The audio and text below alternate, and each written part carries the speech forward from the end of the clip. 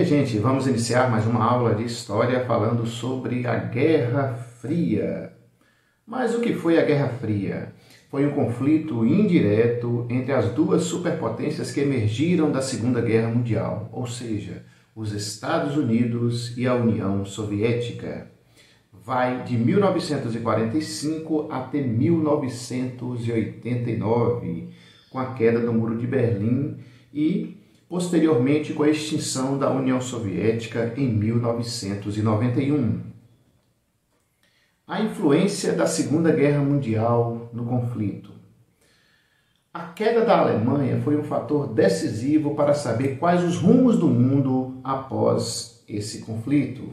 Quando a queda alemã tornou-se uma questão de tempo, a preocupação anglo-americana, ou seja, dos Estados Unidos e da Inglaterra, e além da busca da paz, eles estavam preocupados com o avanço da União Soviética no leste europeu.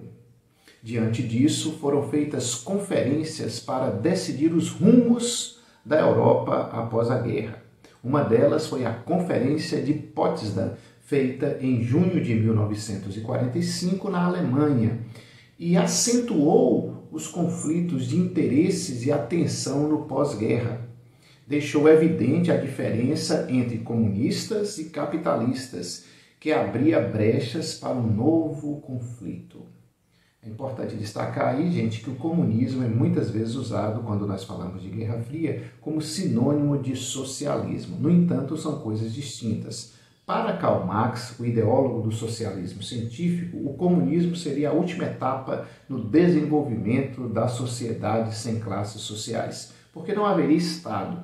Já o socialismo seria uma etapa para se chegar a essa fase. Portanto, o mais coerente é se falar em socialismo em vez de comunismo, mas muitas vezes utiliza-se o termo comunismo. As fases da Guerra Fria. A Primeira Guerra Fria vai durar de 1945 a 1956. O marco inicial foi o ataque dos Estados Unidos com bombas atômicas no Japão. Naquele momento, a União Soviética não tinha condições de arcar com uma nova disputa. Ou seja, claro que havia uma estratégia norte-americana em querer terminar logo com a Segunda Guerra, atacando o Japão com bombas atômicas, mas havia também uma intenção de mostrar para a União Soviética que os Estados Unidos tinham maior tecnologia e maior poder bélico, ou seja, a União Soviética estava atrás dos Estados Unidos numa condição militar propriamente dita. Os Estados Unidos, no fim da guerra, estavam em condições econômicas e bélicas muito superiores à União Soviética. Foi com muito custo que a União Soviética conseguiu se apresentar como uma potência no final da guerra, especialmente porque, quando consideramos os números, percebemos que a metade das pessoas que morreram na guerra foram soviéticos, que o esforço que eles tiveram para enfrentar os alemães no seu território foi muito grande. A maior parte das divisões do exército alemão se encontravam na região da União Soviética. Para Stalin era necessário a reconstrução do país, e isso exigia tempo, e o país estava em grande medida destroçado. É importante destacar algumas características gerais da Guerra Fria para entendermos melhor essa fase da história mundial. Uma delas foi a disputa tecnológica. Tanto o lado capitalista quanto o lado socialista tentavam se apresentar avançados tecnologicamente, com melhores armas, com melhores satélites, com uma dinâmica melhor de atuação tecnológica. Havia uma corrida armamentista, ou seja, ambos os países queriam se apresentar mais bem armados e preparados para uma guerra do que o outro. Havia também uma corrida espacial, que está atrelada também à questão tecnológica. Por quê? Porque ambos queriam se mostrar melhor equipados e melhor paramentados para chegar ao espaço e levar o homem à Lua. Inicialmente a União Soviética sai na frente, mas posteriormente os Estados Unidos ganham, entre aspas, o conflito. Havia também um grande investimento na espionagem. Tanto a União Soviética quanto os Estados Unidos tinham agências especializadas em investigar um ao outro. No caso dos Estados Unidos, nós tínhamos a CIA e no caso da União Soviética tínhamos a KGB. Havia também uma crescente busca de aliados, onde cada país buscava colocar de seu lado o maior número possível de aliados de outros países que adotassem também o mesmo critério de organização econômica. Havia também um grande número de conflitos regionalizados e todo conflito que aconteceu na Guerra Fria sempre tinha o envolvimento dos Estados Unidos e da União Soviética por trás. Ambos os países viam nisso uma oportunidade de influenciar e conseguir mais aliados. E, por último, nós temos aí a busca da difamação do outro lado. A União Soviética sempre fazia uma propaganda dizendo que os Estados Unidos e o sistema capitalista era a pior desgraça que existiria no mundo. Da mesma forma, os Estados Unidos também usavam um discurso similar para se referir à União Soviética e seus aliados. Os Estados Unidos e as medidas para a reorganização do mundo. Para os Estados Unidos era preciso enfraquecer o oponente e conseguir aliados a partir de duas medidas fundamentais: a doutrina Truman e o plano Marshall, ou seja, uma questão voltada para a ideologia de convencimento e outra que era emprestar dinheiro para quem ficasse do seu lado. A doutrina Truman, do presidente Harry Truman, que assumiu logo após a morte de Roosevelt no final da Segunda Guerra Mundial, auxiliava os países que quisessem combater o comunismo, especialmente porque ele fundamentava ideologicamente essa luta. O Plano Marshall foi um auxílio econômico aos países destruídos pela guerra. As duas medidas eram uma tentativa de bloquear o avanço socialista, conhecido como política de contenção. Então a ideia era segurar os soviéticos onde eles estavam, impedindo que eles conquistassem mais territórios. O avanço soviético. O governo de Stalin conseguiu, com um custo humano muito grande, superar as perdas da guerra.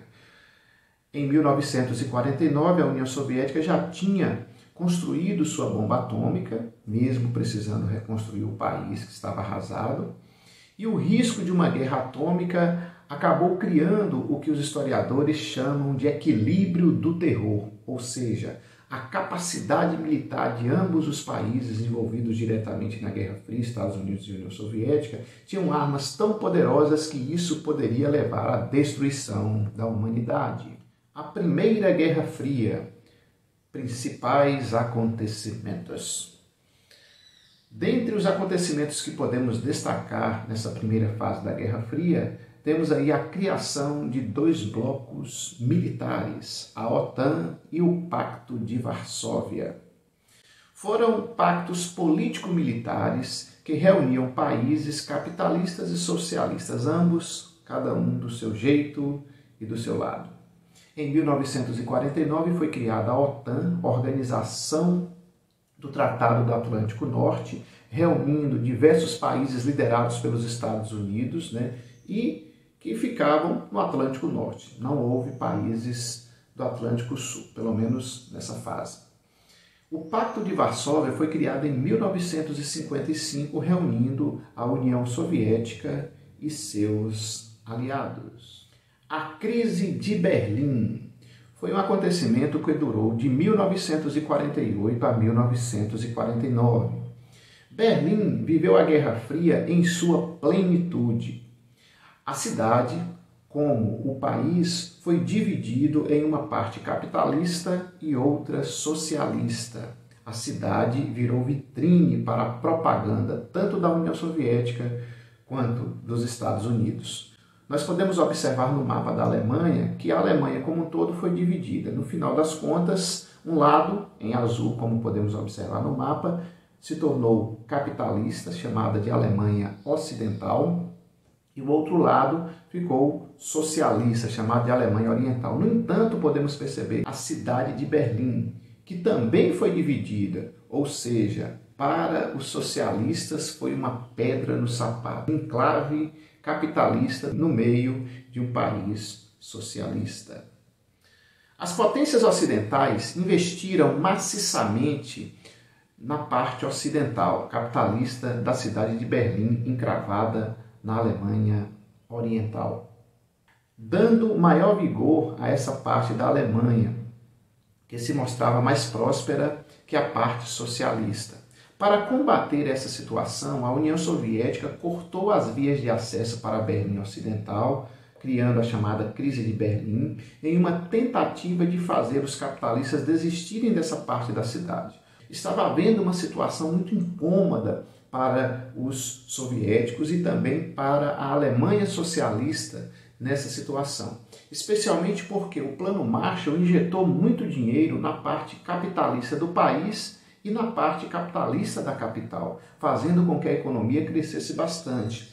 Já o plano econômico da União Soviética basicamente fez o contrário. A União Soviética estava arrasada, então mais eles tiravam dos países aliados do que colocavam. O resultado disso era que a reconstrução econômica da Alemanha Oriental demorou muito, e isso causava uma diferença bastante grande nos salários, no nível de vida, na qualidade até da alimentação de quem morava do lado capitalista com relação ao lado socialista. Os socialistas sempre estavam em desvantagem.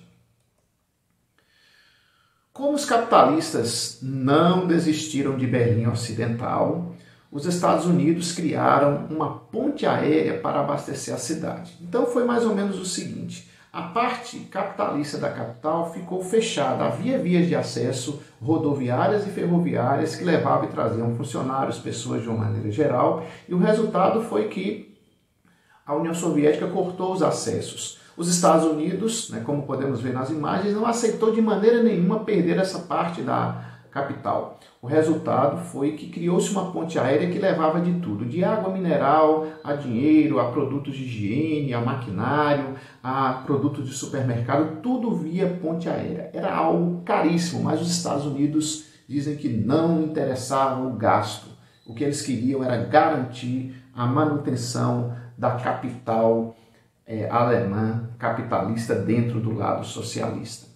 Em 1961, a Alemanha Oriental acaba construindo o Muro de Berlim para evitar o êxodo de sua população para o lado capitalista. Ou seja, a crise durou pouco tempo, os socialistas perceberam que não daria como garantir o retorno da parte da Alemanha de Berlim capitalista para o lado socialista como um todo e acabaram reabrindo as áreas de acesso ferroviário e rodoviário. Lá na frente, porque com o passar do tempo a perca de mão de obra do lado socialista era muito grande, a cidade ela não tinha muros que a dividiam. Se você morasse do lado socialista, poderia simplesmente atravessar para o lado capitalista sem problemas. E isso era uma situação bem desconfortável para o lado socialista. Como os salários e oportunidades eram muito maiores na Alemanha capitalista, a melhor maneira de entrar na Alemanha capitalista era via Berlim, saindo de um lado da cidade para o outro. E isso tudo começou a promover um desgaste muito grande.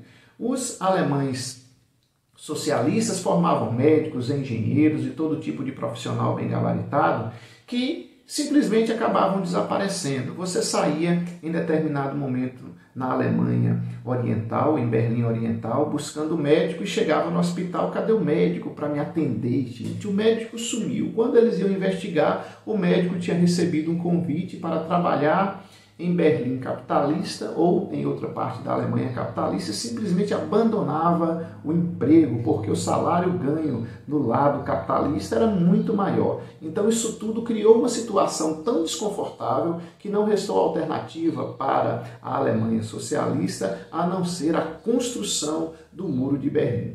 E aí nós temos o estabelecimento da principal vitrine que foi a Guerra Fria, da construção efetiva de algo que mostra a divisão entre capitalistas e socialistas. Muito bem, gente, essa foi nossa primeira aula sobre Guerra Fria. Até a próxima!